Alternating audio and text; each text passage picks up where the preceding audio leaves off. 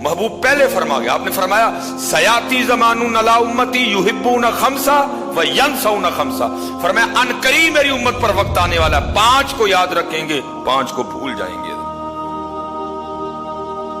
پہلا فرمایا یحبون الدنیا و ینسون الآخرہ، دنیا سے محبت رکھیں گے آخرت کو بھول جائیں گے۔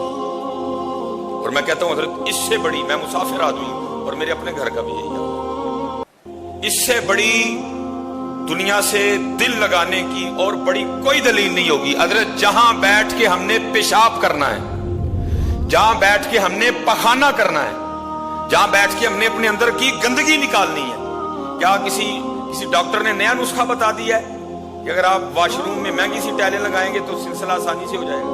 نہیں، کیا ہوا ہے، ہم نے دنیا سے دل لگا لیا، اس کا نتیجہ کیا نکلا ہے کہ آج ہمارے واش روموں میں حضرت جی لاکھوں کی ٹائلیں لگی ہوئی ہیں، آج ہمارے واش روموں میں لاکھوں کی ٹائلیں لگی، لیکن وہ قبر جہاں جانا ہے، جہاں رہنا ہے، بھائی یہاں کسی بیٹھے بندے کو قبر سے انکار تو نہیں ہے؟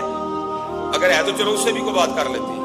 مانتے ہو سارے کہ قبر میں جانا ہے تو تیاری کرو،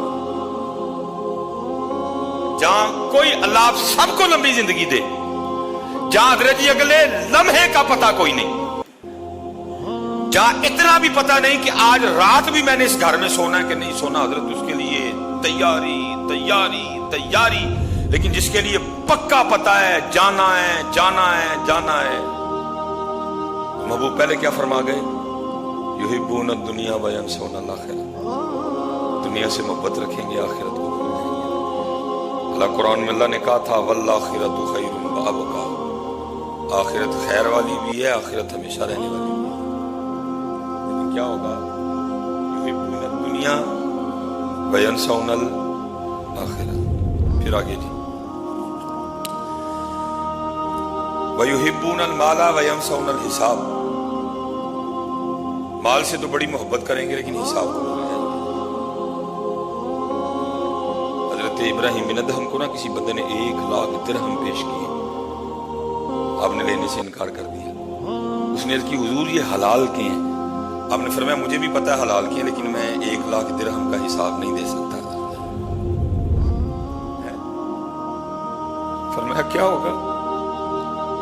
وَيُحِبُّونَ الْمَالَ وَيَنْسَوْنَ الْحِسَابَ، مال سے محبت کریں گے حساب کو بھول جائیں گے، کس کا حساب بھی دینا ہے۔ میں کسی کی بات نہیں کرتا، اپنی کرتا ہوں، اگر اس نے اس ویس کوٹ کا بھی پوچھ لیا نا میں تو اس کا بھی جواب نہیں دے سکتا، اس لیے بھائی دھیان رکھنا۔ پھر آگے وَيُحِبُّونَ الْخَلْقَ وَيَنْسَوْنَ الْخَالِقَ، مخلوق سے تو محبت کریں گے لیکن خالق کو بھول جائیں گے۔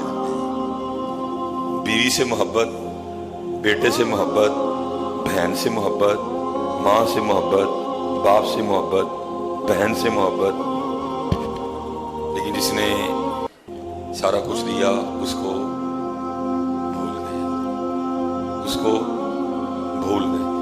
اللہ قرآن اس چیز سے منع نہیں کر رہا کہ آپ نے بیوی سے محبت نہیں کرنی، اللہ اس بات سے، اللہ کا رسول اس بات سے منع نہیں کر رہا کہ آپ نے بیٹے سے محبت نہیں کرنی، آپ نے بیٹی سے محبت نہیں کرنی، بلکہ وہ کہہ رہا ہے محبت سب سے کرنی ہے، لیکن ہو کیا کہ ان سب کی محبت پر میرے اور میرے محبوب کی محبت غالب ہو جائے۔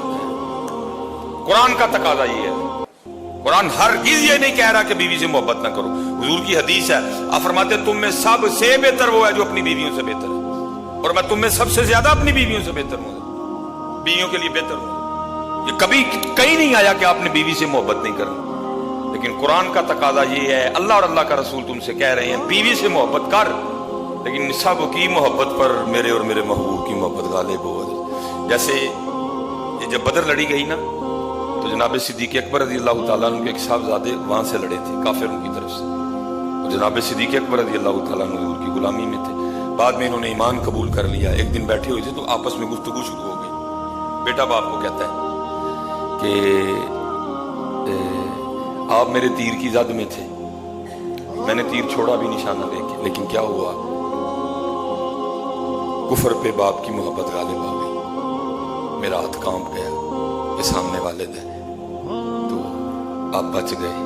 یہ ہے اسلام، یہ اسلام، یہ قرآن کا تقاضا ہے، یہ نہیں کہ بیٹے سے محبت نہ ہو. جناب صدیق اکبر نے جواب دیا, آپ نے فرمایا سن لو تو کفر میں کچا تھا اس لیے تیرا ہاتھ کانپ گیا, نشانہ چوک گیا, لیکن یاد رکھ ابو بکر اللہ اور اللہ کے رسول کی محبت میں کچا نہیں تھا. اگر تو میری تلوار کی زد میں آتا میں نے تیری گردن اتار دینی تھی. یہ نہیں کہ محبت نہ ہو, لیکن یہ ہے ان سب محبتوں پہ اس کی محبت غالب.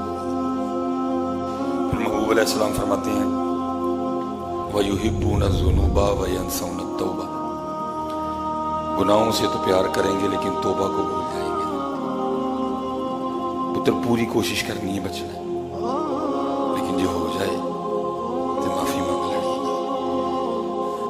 کسی نے حضرت سیدنا سفیان ثوری سے پوچھا, عرض کی حضور میں تسبیح زیادہ پڑھوں کہ توبہ زیادہ کروں؟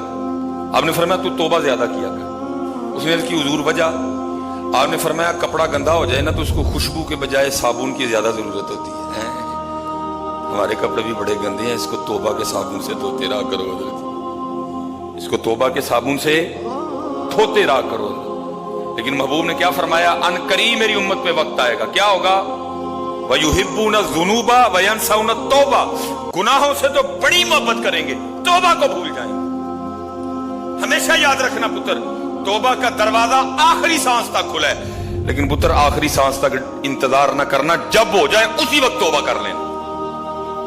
اور دوسری بات, گناہ کر کے کبھی اڑنا نہیں, دلیل نہیں دینی آگے سے, مان جانا بھائی غلطی ہے, اللہ مجھے معاف کر دے. اور پھر آخر میں حضور نبی علیہ السلام کیا فرماتے ہیں؟